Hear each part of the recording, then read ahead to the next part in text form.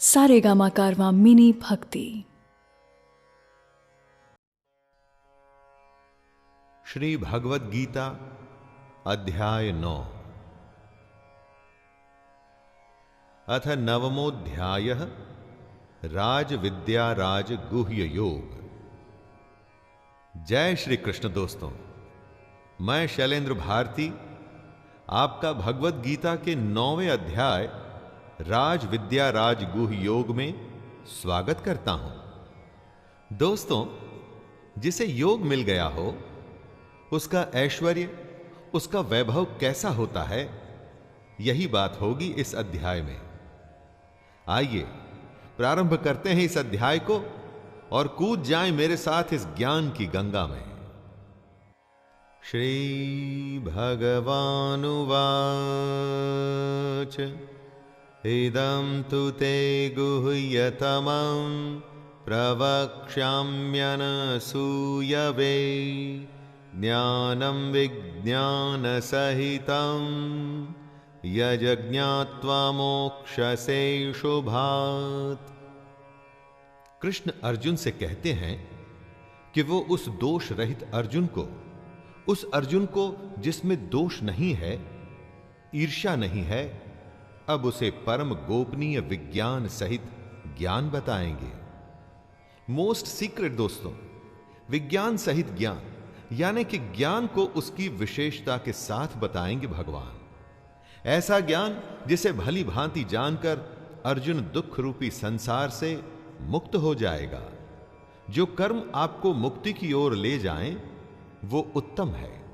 जो आपको दुनियादारी में और फंसाए, वो उत्तम नहीं। ये दुख की बात है, लेकिन सच है। हमारे ज्यादातर काम हमें इस दुनिया के पचड़ों में और फंसाते हैं। ज्यादा पैसा, ज्यादा दोस्ती, ज्यादा रिश्तेदारी, ज्यादा द्वेष, इसी सब में तो हमेशा पड़े रहते हैं हम। राजविद्या राजगुह्यं पवित्रमिदमुत्तमम् प्रत्यक्षावगमं धर्म्यं सुसुखं कर्तुमव्ययम्। कृष्ण अर्जुन को वो ज्ञान देने वाले हैं जो विज्ञान सहित है और जो उसको इस दुखी संसार से मुक्त कर देगा।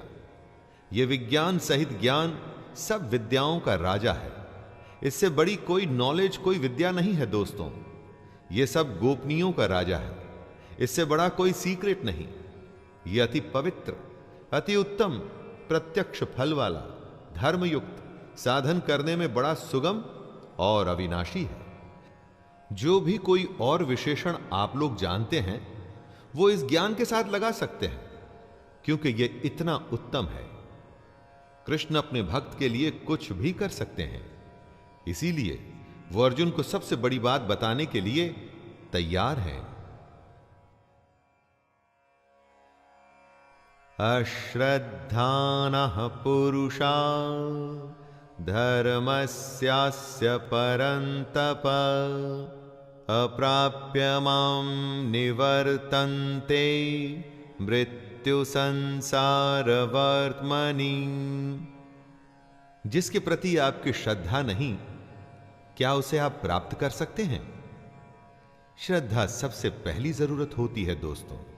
किसी भी चीज को हासिल करना हो तो श्रद्धा की बहुत आवश्यकता है, और श्रद्धा कभी झूठी नहीं हो सकती।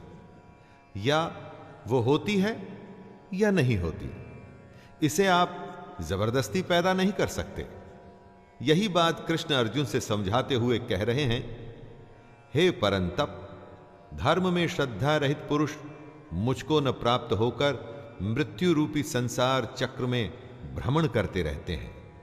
जिन पुरुषों में धर्म के प्रति, कर्म के प्रति श्रद्धा नहीं है, वो कृष्ण को कभी प्राप्त नहीं होते, बस चक्कर काटते रहते हैं। दोस्तों, हमें खुद अपने जीवन के बारे में भी सोचना चाहिए कि क्या हम भी चक्कर काट रहे हैं। मया तत्मिदं सर्वं जगदव्यक्तमूर्तिना मतस्थानि सर्वभूतानि न चाहं तेषु अवस्थितः। इस श्लोक में कृष्ण अपने और इस जगत के स्वरूप के बारे में बता रहे हैं। बड़ी ही कॉम्प्लिकेटेड बात है दोस्तों, आपको जरा ध्यान देना होगा। कृष्ण कहते हैं, मुझ निराकार परमात्मा से ये सब जगत जल से बर्फ के सदृश परिपूर्ण है और सब भूत मेरे अंतर्गत संकल्प के आधार स्थित हैं, किंतु वास्तव में मैं उनमें स्थित नहीं हूं। यहां पर कृष्ण कहना चाहते हैं कि उसके अव्यक्त स्वरूप में पूरा जगत व्याप्त है, लेकिन वो उसमें नहीं है। बर्फ जल से बनी होती है, बर्फ में और कुछ नहीं, सिर्फ जल है, लेकिन जल में बर्फ नहीं है। इस जगत का हर प्राणी कृष्ण में व्याप्त है, लेकिन कृष्ण उनमें नहीं है। न च मतस्थानि भूतानि पश्य मे योगमैश्वरम् भूतभृन्न च भूतस्थो ममात्मा भूतभावनः। सब भूत, जीव या निर्जीव कृष्ण में स्थित नहीं हैं, क्योंकि सारे भूत मरण धर्मा हैं, मतलब कि नाशवान है। इस दुनिया में जो भी है सबकी मृत्यु होती है, तो हम कृष्ण में कैसे हो सकते हैं? कृष्ण आगे कहते हैं कि मेरी ईश्वरीय योग शक्ति को देख कि भूतों का धारण पोषण करने वाली और भूतों को उत्पन्न करने वाली मेरी आत्मा वास्तव में भूतों में स्थित नहीं है।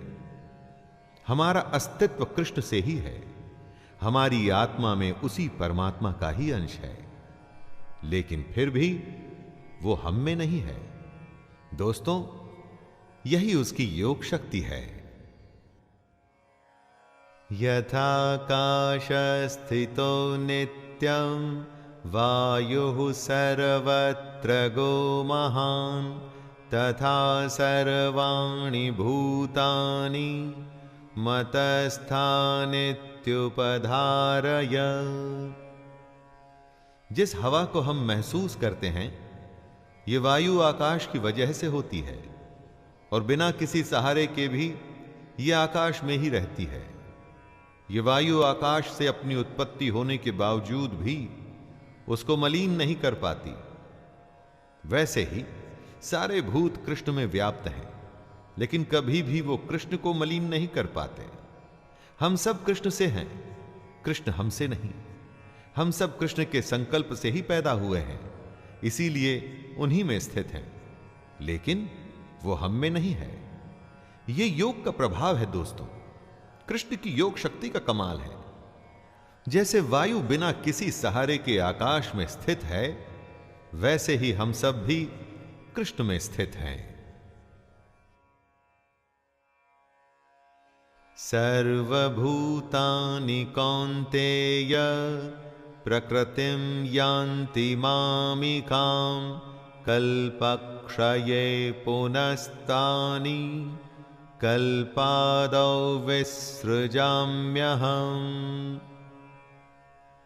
जब एक कल्प, एक एरा, एक दौर खत्म होता है, तो हम सब वापस से कृष्ण में चले जाते हैं। सुनिए वो क्या कहते हैं। हे अर्जुन, कल्पों के अंत में सब भूत मेरी प्रकृति को प्राप्त होते हैं, अर्थात प्रकृति में लीन होते हैं, और कल्पों के आदि में उनको मैं फिर से रचता हूं। उनकी रचना के बाद ही कल्प की शुरुआत होती है।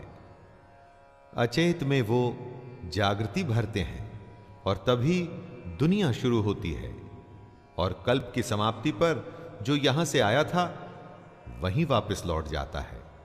एक तरह से यूं भी मान लीजिए कि कल्प भी जब अपना कर्म पूरा कर लेता है तो समाप्त हो जाता है। प्रकृतिं स्वामवष्टभ्य विसृजामि पुनः पुनः भूतग्रामिमं कृत्स्नम् अवशं प्रकृतेर्वशात्। जैसा कि कृष्ण ने खुद कहा था कि अपने कर्मों से कोई बच नहीं सकता, ऐसा हो ही नहीं सकता कि कोई कर्म न करे, उसी तरह से बार बार सृजन करना ही कृष्ण का कर्म है। इस श्लोक में वो यही बता रहे हैं, हे अर्जुन, अपनी प्रकृति को स्वीकार करके स्वभाव के बल से परतंत्र हुए इस संपूर्ण भूत समुदाय को बार बार उनके कर्मों के अनुसार मैं रचता हूं। जैसे हमने कर्म किए थे वैसा हमारा स्वभाव हुआ, और जैसा स्वभाव हुआ उसी के गुणों के हिसाब से कृष्ण उसको रचते हैं, और इस तरह से कृष्ण भी अपना कर्म करते रहते हैं और हम भी। न च मां तानि कर्माणि निबध्नन्ति धनंजय उदासीन वदासीनम असक्तम तेषु कर्मसु। कृष्ण हमारी संरचना, हमारा सृजन करते हैं, लेकिन अव्यक्त रूप से। ऐसा कहते हुए कहीं दिखता नहीं, लेकिन स्वाभाविक है कि ऐसा होता है, वरना यह दुनिया कहां से आती और कहां जाती है। रचना का उनका यह कर्म है, लेकिन कृष्ण कभी अपने कर्म से बंधते नहीं, अपने इस कर्म में उनकी आसक्ति नहीं होती। जैसा ज्ञान वो हमको दे रहे हैं वही नियम उन पर भी लागू होता है। दोस्तों, ऐसा नहीं कि वो मनमानी करें, मनमानी तो कोई भी नहीं कर सकता। यह पूरा संसार परमात्मा के ही संकल्प से बना है। आपको लग सकता है कि आप अपनी मर्जी के मालिक हैं और आप जो चाहें वो कर सकते हैं, लेकिन ऐसा है नहीं। मयाध्यक्षेण प्रकृतिः सूयते सचराचरम् हेतुनानेन कौन्तेय जगद्द्वि परिवर्तते। कृष्ण इस श्लोक में दुनिया की रचना के विज्ञान के बारे में बता रहे हैं, और यह भी बता रहे हैं कि उनकी अध्यक्षता में ये जो माया है इस जगत को रचती है। दोस्तों, कृष्ण के संकल्प से ही यह दुनिया बनती है, और उनकी चेयरमैनशिप में माया इस दुनिया को बनाती है, जिस दुनिया को हम जानते हैं। और यही वजह है कि यह सृष्टि चक्र चलता रहता है। हम सब आते हैं और जाते हैं, जीवन मरण का यह सर्कल चलता ही रहता है। इसीलिए हमें इस दुनिया की जानकारी से थोड़ा सा आगे जाकर सच्चाई जानने के लिए कृष्ण प्रेरित करते हैं। अवजानन्ति मां मूढ़ा मानुषीं तनुमाश्रितं परं भावमजानन्तो मम भूतमहेश्वरम्। ज्ञान की तो फिर भी सीमा है, लेकिन अज्ञान की नहीं। ऐसे अनगिनत अज्ञानी हैं जो कृष्ण को नहीं मानते, उन्हें नहीं समझते। यहां कृष्ण से मतलब अर्जुन का सारथी या देवकी नंदन नहीं। यहां कृष्ण से मतलब वो परमात्मा जिसमें ये सारी दुनिया व्याप्त है। जो अज्ञानी उस परमात्मा को नहीं जानते, उनके बारे में कृष्ण कह रहे हैं, मेरे परम भाव को न जानने वाले मूढ़ लोग मनुष्य का शरीर धारण करने वाले मुझ संपूर्ण भूतों के महान ईश्वर को तुच्छ समझते हैं। अर्थात अपनी योग माया से संसार के उद्धार के लिए मनुष्य रूप में विचरते हुए मुझ परमेश्वर को साधारण मनुष्य मानते हैं। मोघाशा मोघ कर्माणो मोघ ज्ञाना विचेतसः राक्षसीमासुरीं चैव प्रकृतिं मोहिनीं श्रिताः। इस श्लोक में यह बताया गया है कि ऐसे कौन से लोग हैं जो कृष्ण को नहीं समझ पाते। जैसे आसुरी और मोहिनी प्रकृति के लोग यहां पर आसुरी और मोहिनी प्रकृति कोई जाति नहीं है, बल्कि मन के स्वभाव हैं। ये आसुरी और मोहिनी प्रकृति के लोग व्यर्थ आशा, व्यर्थ कर्म और व्यर्थ ज्ञान में अपना पूरा जीवन बिता देते हैं, जबकि महात्मा जन अपना पूरा जीवन सच को जानने में लगा देते हैं। राक्षसी स्वभाव के लोग मद में, मदिरा में, मोह में ही पूरी जिंदगी को गंवा देते हैं। आपके इर्द गिर्द जितने भी लोग दिखते हैं, उसमें आप खुद को भी मिलाकर सबको महात्मा जन या राक्षसी स्वभाव के लोगों में बांट सकते हैं। महात्मनस्तु मां पार्थ दैवीं प्रकृतिमाश्रिताः भजन्त्यनन्यमनसो ज्ञात्वा भूतादिमव्यम्। आसुरी और मोहिनी प्रकृति के लोग अपना जीवन गंवा देते हैं। वो कृष्ण को नहीं समझते, लेकिन कई लोग दैवी प्रकृति के भी होते हैं। ऐसे महात्मा जन कृष्ण को ही सनातन कारण मानते हैं। वो कृष्ण को नाश रहित अक्षर स्वरूप जानकर अनन्य मन से युक्त होकर निरंतर भजते हैं। अनन्य मन यानी कि उनके मन में और किसी बात के लिए कोई जगह नहीं होती, कोई संशय नहीं होता। वो कृष्ण को सब कुछ मान अपने निष्काम कर्म में लगे रहते हैं और अपना जन्म संवारते हैं, अपने लक्ष्य को पूरा करते हैं और साथ ही साथ समाज का भी भला करते हैं। सततं कीर्तयन्तो मां यतन्तश्च दृढव्रताः नमस्यन्तश्च मां भक्त्या नित्ययुक्ता उपासते। जो दैवी प्रकृति के लोग होते हैं, उनकी एक खास बात के बारे में कृष्ण कहते हैं कि ये लोग दृढ़ निश्चय वाले होते हैं। अंदर से मजबूत आत्मसम्मान वाले लोग ही दृढ़ निश्चयी माने जाते हैं। अपने निश्चय से ये लोग कभी हटते नहीं। अपने आप पर और कृष्ण पर भरोसा करते हुए निरंतर भजन करते हैं। कृष्ण कहते हैं कि ऐसे लोग मेरे नाम और गुणों का कीर्तन करते हुए तथा मेरी प्राप्ति के लिए यत्न करते हुए, मुझको बार बार प्रणाम करते हुए सदा मेरे ध्यान में युक्त होकर अनन्य प्रेम से मेरी उपासना करते हैं। ज्ञान यज्ञेन चाप्यन्ते यजन्तो मामुपासते एकत्वेन पृथक्त्वेन बहुधा विश्वतो मुखम्। जैसे भक्त वैसी उनकी भक्ति। दैवी प्रकृति के लोग अपने भजन से कृष्ण को याद करते हैं। उनके अलावा होते हैं ज्ञान योगी, जो कृष्ण को निर्गुण निराकार ब्रह्म मानते हुए उनकी उपासना करते हैं। और ज्ञान योगियों के अलावा कई और लोग भी होते हैं जो कृष्ण के विराट स्वरूप परमेश्वर की पृथक भाव से उपासना करते हैं। दोस्तों, आपका रास्ता, आपकी पद्धति, आपका तरीका अलग हो सकता है। आप अपने स्वभाव से कृष्ण को पाने की कोशिश कर सकते हैं।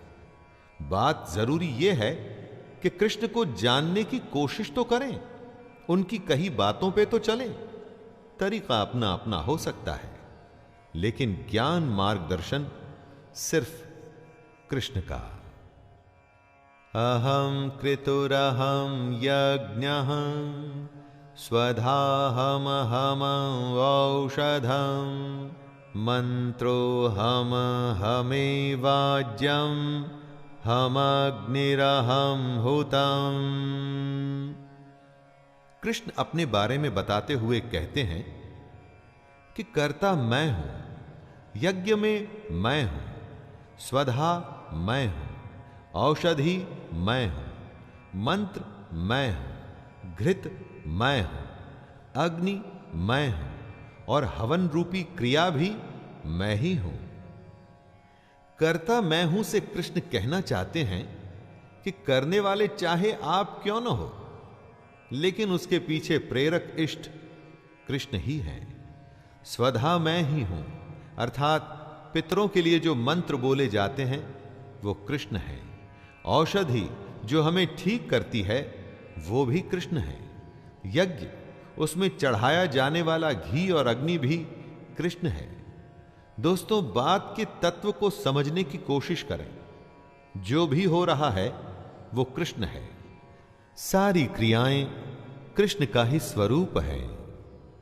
पिताहमस्य जगतो माता धाता पितामहः वेद्यं पवित्रमोंकार ऋक्सामयजुरेव च। कृष्ण अपने स्वरूप को समझाते हुए कहते हैं कि इस संपूर्ण जगत को धारण करने वाला एवं कर्मों के फल को देने वाला पिता, माता, पितामह, जानने योग्य पवित्र ओमकार तथा ऋग्वेद, सामवेद और यजुर्वेद भी मैं ही हूं।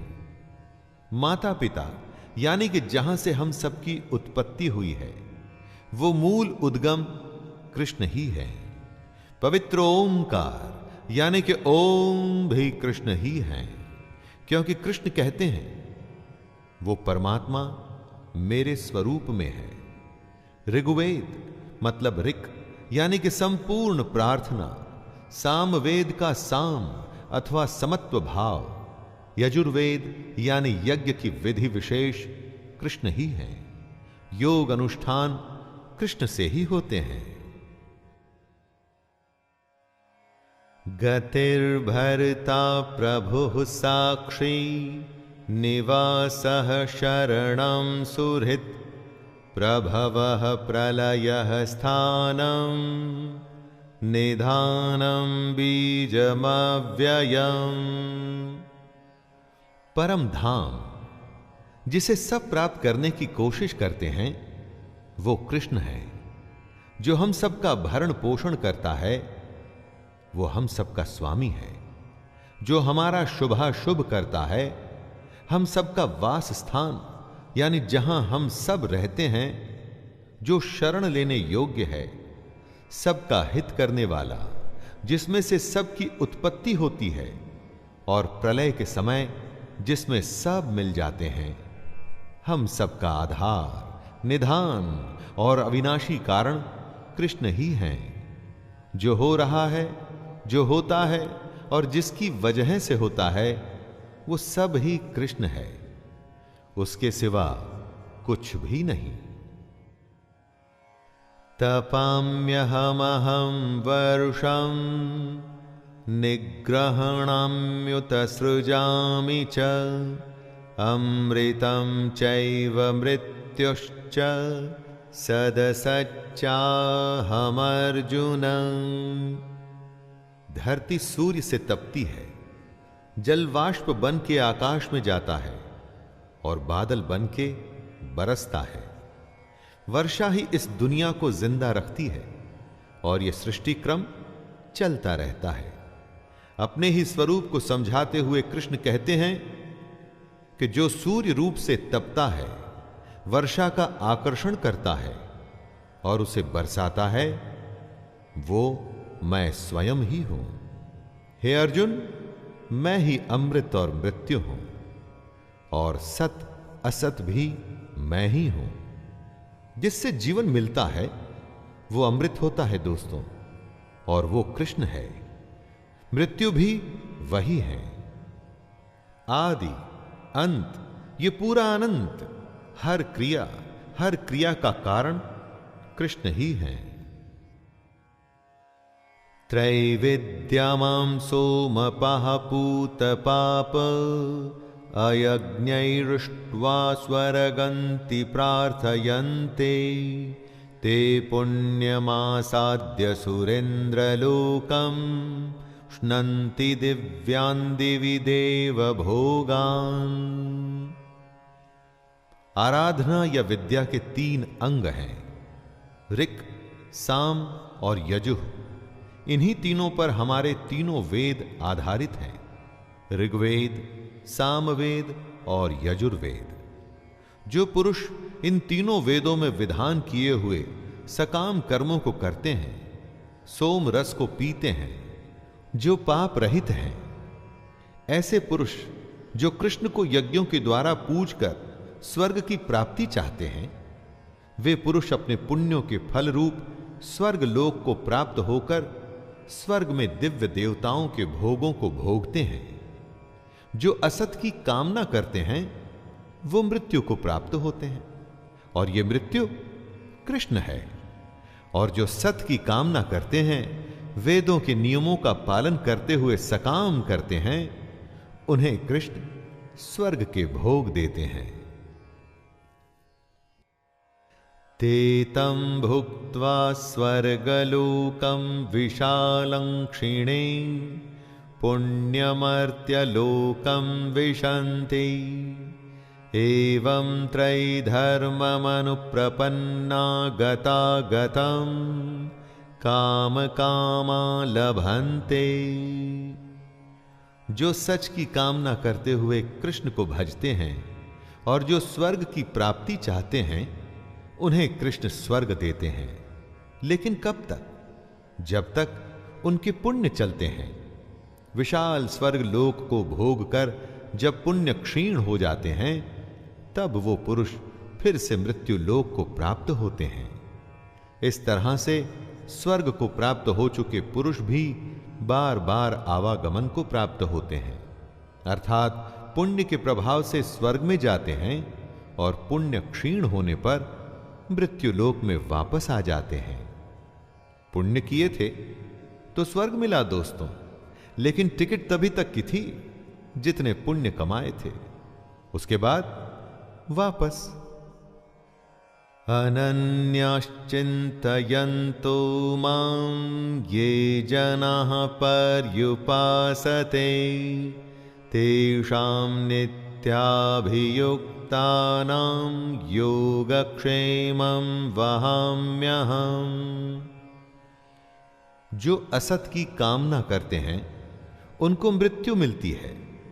सत की कामना करने वाले जो स्वर्ग चाहते हैं वो कुछ समय के लिए स्वर्ग में जाते हैं और पुण्यों के खत्म हो जाने पर वापस आते हैं। लेकिन जो अनन्य प्रेमी परमेश्वर का निरंतर चिंतन करते हुए निष्काम भाव से भजते हैं, उन पुरुषों का योगक्षेम कृष्ण स्वयं प्राप्त करते हैं। योगक्षेमं वहाम्यहम्, इसका अर्थ हुआ उनके योग की सुरक्षा की सारी जिम्मेदारी मैं लेता हूं, ऐसा कृष्ण कह रहे हैं। दोस्तों, निष्काम भाव से कृष्ण को भजने वालों की पूरी जिम्मेदारी कृष्ण अपने ऊपर ले लेते हैं। येऽप्यन्यदेवता भक्ता यजन्ते श्रद्धयान्विताः तेऽपि मामेव कौन्तेय यजन्त्यविधिपूर्वकम्। बहुत से लोग अपने अलग अलग कारणों से दूसरे देवों देवताओं को भजते हैं। उनके बारे में कृष्ण कहते हैं कि हे अर्जुन, यद्यपि श्रद्धा से युक्त जो सकाम भक्त दूसरे देवताओं को पूजते हैं, वे भी मुझको ही पूजते हैं, किंतु उनका वह पूजन अविधि पूर्वक अर्थात अज्ञान पूर्वक है। जो कृष्ण को छोड़कर दूसरे देवों देवताओं को भज रहे हैं, वो भी असल में कृष्ण को ही भज रहे हैं दोस्तों, क्योंकि कृष्ण के अलावा तो और कुछ है ही नहीं। फर्क सिर्फ इतना ही है कि ऐसे लोग पूजा की विधि को गलत तरीके से कर रहे हैं, और वे ऐसा अपने अज्ञान की वजह से कर रहे हैं। अहम ही सर्वयज्ञानां भोक्ता च प्रभुरेव च न तु मामभिजानन्ति तत्त्वेनातश्च्यवन्ति ते। जो दूसरे देव देवताओं को भजते हैं, असल में वो भी कृष्ण को ही पूज रहे हैं, और इसकी वजह है कि संपूर्ण यज्ञों का भोक्ता और स्वामी कृष्ण ही हैं। ऐसे लोगों की विधि सही नहीं और वो अज्ञान में है, क्योंकि ये लोग कृष्ण के परमेश्वर तत्व को नहीं जानते। ऐसा करने की वजह से ही ये लोग गिरते हैं। दोस्तों, यहां गिरने से मतलब है पुनर्जन्म को प्राप्त होना। जी हां, ऐसे लोग ही पुनर्जन्म को प्राप्त होते हैं। ऐसे लोगों की भक्ति तो चलती रहती है, लेकिन साथ में इनका मृत्युलोक में आना जाना भी लगा रहता है। इसी आने जाने के क्रम से बचने को ही तो मोक्ष कहते हैं, जो इन लोगों को कभी प्राप्त नहीं होता। यान्ति देवव्रता देवान् पितॄन्यान्ति पितृव्रताः भूतानि यान्ति भूतेज्या यान्ति मद्याजिनोऽपि माम्। जो देवताओं को पूजते हैं वो देवताओं को प्राप्त होते हैं, जो पितरों की पूजा करते हैं वो पितरों को प्राप्त होते हैं, भूतों को पूजने वाले भूतों को प्राप्त होते हैं, और कृष्ण का पूजन करने वाले कृष्ण को ही प्राप्त होते हैं।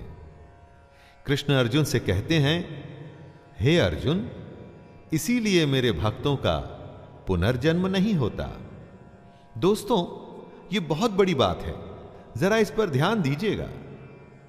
कृष्ण को भजने वालों का पुनर्जन्म नहीं होता, यानी वो आवागमन के चक्कर से बच जाते हैं, उनका पतन नहीं होता, वो गिरते नहीं, क्योंकि उन्हें गिरने से बचाने के लिए स्वयं कृष्ण जो उपस्थित हैं। पत्रं पुष्पं फलं तोयं यो मे भक्त्या प्रयच्छति तदहं भक्त्युपहृतम् अश्नामि प्रयतात्मनः। ईश्वर को सिर्फ आपकी भावना चाहिए होती है, लेकिन कोई अपनी भावना का चढ़ावा कैसे चढ़ाए? इसी भावना के अलग अलग रूप होते हैं, जैसे फूल, फल, जल या भोजन। कृष्ण कहते हैं कि जो कोई भक्त मेरे लिए प्रेम से पत्र, पुष्प, फल, जल आदि अर्पण करता है, उस शुद्ध बुद्धि निष्काम प्रेमी भक्त का प्रेम पूर्वक अर्पण किया हुआ वह पत्र पुष्पादि मैं सगुण रूप से प्रकट होकर प्रीति सहित खाता हूं। अगर आपके मन में सच है तो आपका चढ़ाया हुआ फल, फूल इत्यादि प्रभु प्रेम पूर्वक स्वीकार करेंगे। इसीलिए दोस्तों, अगली बार जब आप मंदिर जाएं तो इस बात का अवश्य ध्यान रखिएगा। यत्करोषि यदश्नासि यज्जुहोषि ददासि यत्तपस्यसि कौन्तेय तत्कुरुष्व मदर्पणम्। कृष्ण कहते हैं, हे अर्जुन, तू जो कर्म करता है, जो खाता है, जो हवन करता है, जो दान देता है और जो तप करता है, वो सब मुझे ही अर्पण कर। योग क्षेमम वहाम्यम की बात कृष्ण कर चुके हैं, जिसका अर्थ होता है कि हमारे योग की सारी जिम्मेदारी कृष्ण अपने ऊपर लेते हैं। इसीलिए वे अर्जुन से कह रहे हैं कि हमें अपने कर्म, भोजन, हवन, दान और तप सब कुछ उन्हें अर्पण कर देना चाहिए। दोस्तों, भाव समझिए, ये सब काम वैसे ही करने हैं जैसे आप हमेशा करते हैं, लेकिन इसे पूर्ण रूप से अर्पण करना है कृष्ण को, क्योंकि ये जान लीजिए कि आपके हर कर्म, हर संकल्प के पीछे कृष्ण हैं।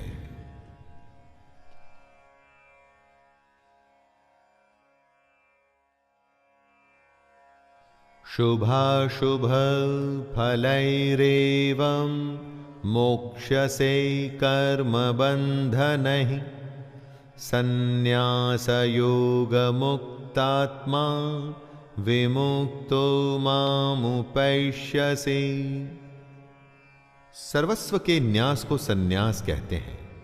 जब आप अपने समस्त कर्म भगवान को अर्पण कर देते हैं, तब ऐसे सन्यास योग से युक्त चित्त वाले मनुष्य कर्म बंधन से मुक्त हो जाते हैं। अपने सारे कर्म करते हुए भी अगर आपने कर्म भगवान को अर्पण कर दिए, उनके फलों में कोई रुचि ना रखी, बस कर्तव्य से अपना कर्म किया, सच्चे मन से भगवान की भक्ति की, तब ऐसे लोग कर्म बंधन से मुक्त हो जाते हैं।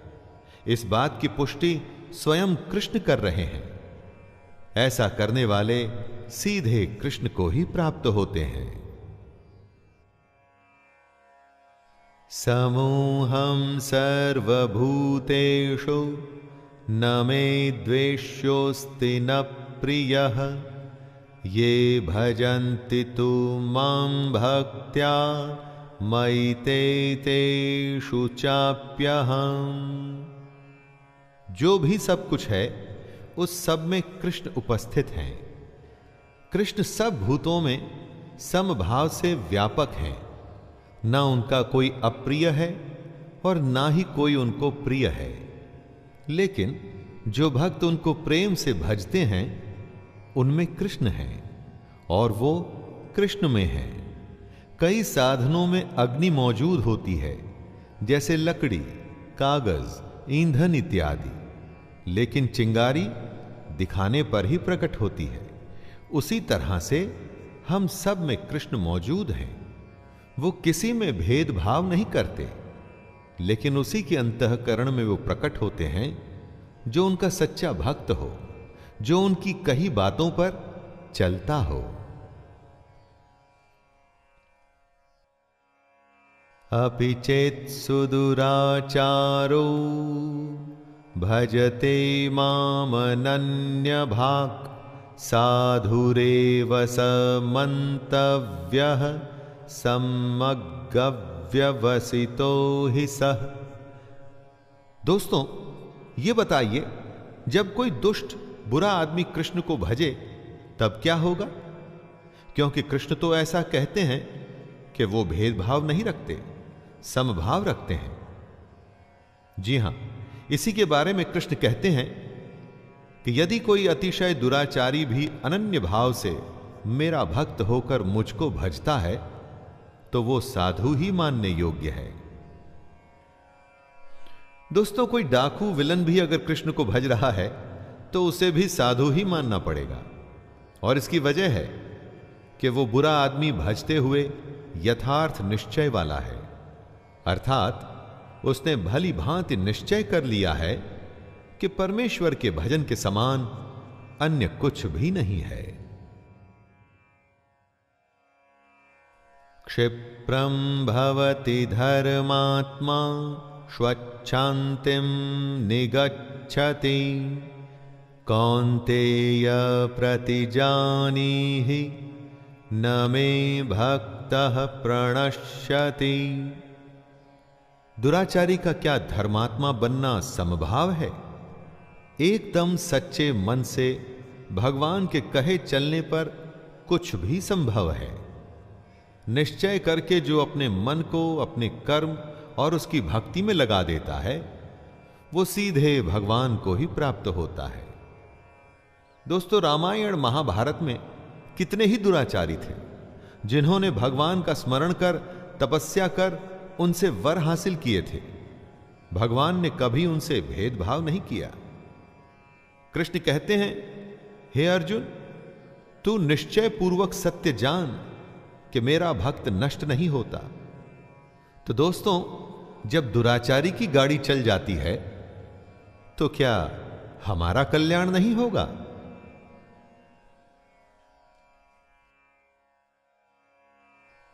मां हि पार्थ व्यपाश्रित्य येऽपि स्युपापयोनयः स्त्रियो वैश्यास्तथा शूद्रास्तेऽपि यान्ति परां गतिम्। गीता हर किसी के लिए है दोस्तों। कृष्ण हर किसी के लिए है, कोई कहीं का भी हो, कहीं भी पैदा हुआ हो, किसी भी योनि, जाति, घर, कहीं का भी। कृष्ण कहते हैं, हे अर्जुन, स्त्री, वैश्य, शूद्र तथा पाप योनि, चांडाल आदि जो कोई भी हो, वे भी मेरे शरण होकर परम गति को ही प्राप्त होते हैं। जो कृष्ण की शरण में आ गया, फिर उसकी जिम्मेदारी कृष्ण अपने ऊपर लेते हैं, क्योंकि ऐसा ही नियम है। भेदभाव का नियम, जात पात, अमीर गरीब, ये हमारे समाज की बुराइयां हैं। भगवान के दरबार में सब नियम से चलता है, चाहे वो कोई इंसान हो या स्वयं भगवान ही क्यों न हो। किं पुनर्ब्राह्मणः पुण्या भक्ता राजर्षयस्तथा अनित्यं सुखं लोकमिमं प्राप्य भजस्व माम्। ब्राह्मण, क्षत्रिय, वैश्य और शूद्र ये कर्मों के हिसाब से बांटी गई जातियां हैं। जो जैसा कर्म करता है वो वैसी ही श्रेणी में खुद को पाता है। इसी की पुष्टि करते हुए कृष्ण कहते हैं कि पुण्यशील ब्राह्मण तथा राजर्षि भक्तजन मेरी शरण होकर परम गति को प्राप्त होते हैं। ब्राह्मण वो है जो ब्रह्म को जानने का अभिलाषी है। इसको किसी जाति विशेष से मत जोड़िएगा दोस्तों। और राजर्षि भक्तजन से कृष्ण का मतलब है वो भक्त जिनमें शौर्य, स्वाभिमान, दृढ़ निश्चय मौजूद रहता है। ऐसे लोग परम गति को प्राप्त होते हैं। इसलिए जब भी हमें यह मनुष्य का शरीर मिले, हमें उसका फायदा उठाकर ब्रह्म को जानना चाहिए।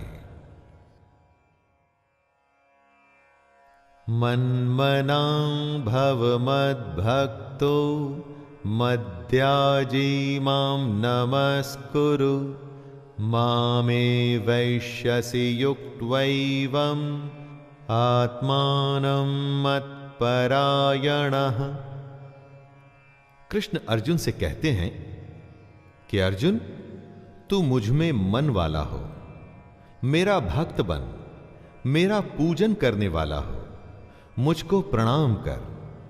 इस प्रकार आत्मा को मुझ में नियुक्त करके मेरे परायण होकर तो मुझको ही प्राप्त होगा।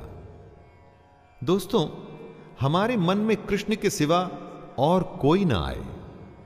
हमारी आत्मा उसी परमात्मा, उसी कृष्ण का अंश है। तेरा तुझको सौंपते क्या लागत है मोर। जो उसका है हमें वो उसी को सौंपना है, लेकिन उसके लिए ज्ञान हासिल करना होगा, योग करना होगा और वो भी निष्काम करना होगा। दोस्तों, ये था 9वां अध्याय।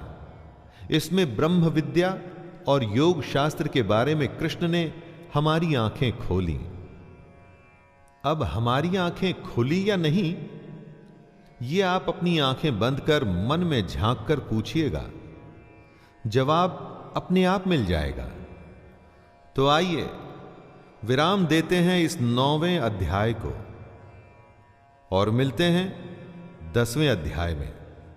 आज्ञा दीजिए अपने दोस्त शैलेंद्र भारती को। जय श्री कृष्ण।